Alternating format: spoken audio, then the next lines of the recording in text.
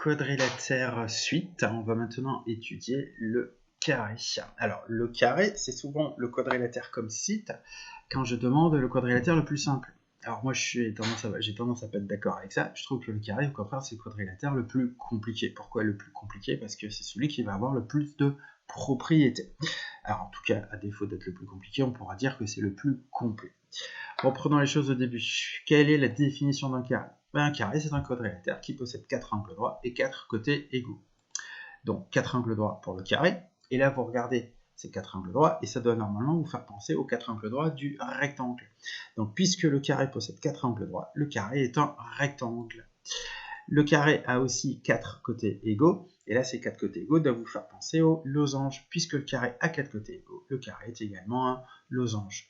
Et du coup, ceci nous donne l'idée d'une deuxième définition possible pour le carré. On peut le définir comme ça, le carré. Le carré, c'est un quadrilatère qui est à la fois un rectangle et un losange. Du coup, au niveau des éléments de symétrie, le carré va regrouper les éléments de symétrie du rectangle et du losange. Notamment, il va avoir un centre de symétrie, l'intersection des diagonales. Il va avoir ces deux axes de symétrie là, les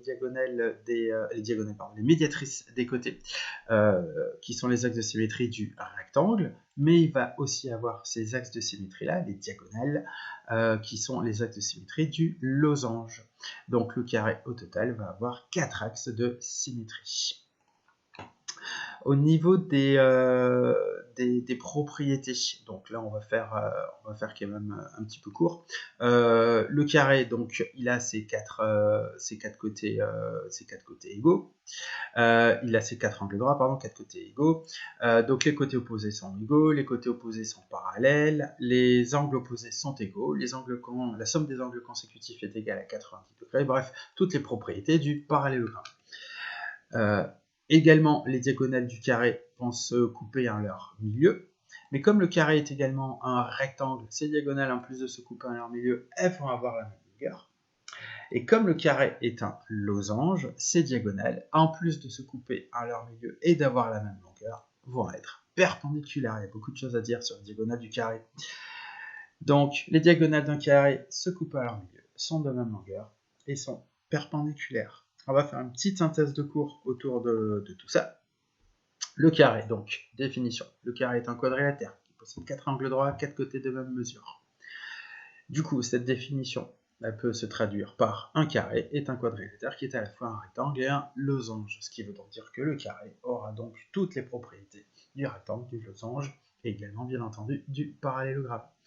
Élément de symétrie, le carré possède un centre de symétrie, l'intersection de ses diagonales. Le carré possède 4 axes de symétrie, les médiatrices de ses côtés et ses diagonales. On peut remarquer que le carré possède en même temps les éléments symétriques du rectangle et du losange. C'est normal puisque le carré est les deux à la fois. Propriété, le carré possède toutes les propriétés du parallélogramme. On ne va pas s'attarder là-dessus, on les a déjà rappelées à plusieurs reprises dans ce chapitre. Les diagonales d'un carré sont de même longueur et perpendiculaires. Donc si on a affaire à un carré, alors ces diagonales sont de même longueur et perpendiculaires. Et au passage, je rappelle aussi qu'elles se coupent par leur milieu. Et ça tient au fait que notre carré est aussi un parallélogramme.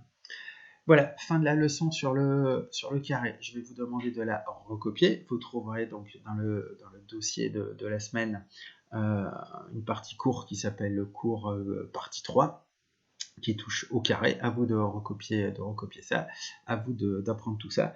Là, ce chapitre, je vous l'ai déjà dit, il est très riche en propriétés et c'est loin d'être fini. Là, on vient de faire seulement une partie du chapitre, il y en aura beaucoup d'autres. Et donc beaucoup d'autres propriétés à venir. Donc prenez le temps de digérer tout ça, d'apprendre tout ça, prenez le temps de faire les exercices que je vous propose dans le dossier semaine également. Et on reparle de tout ça à la prochaine vidéo. À bientôt.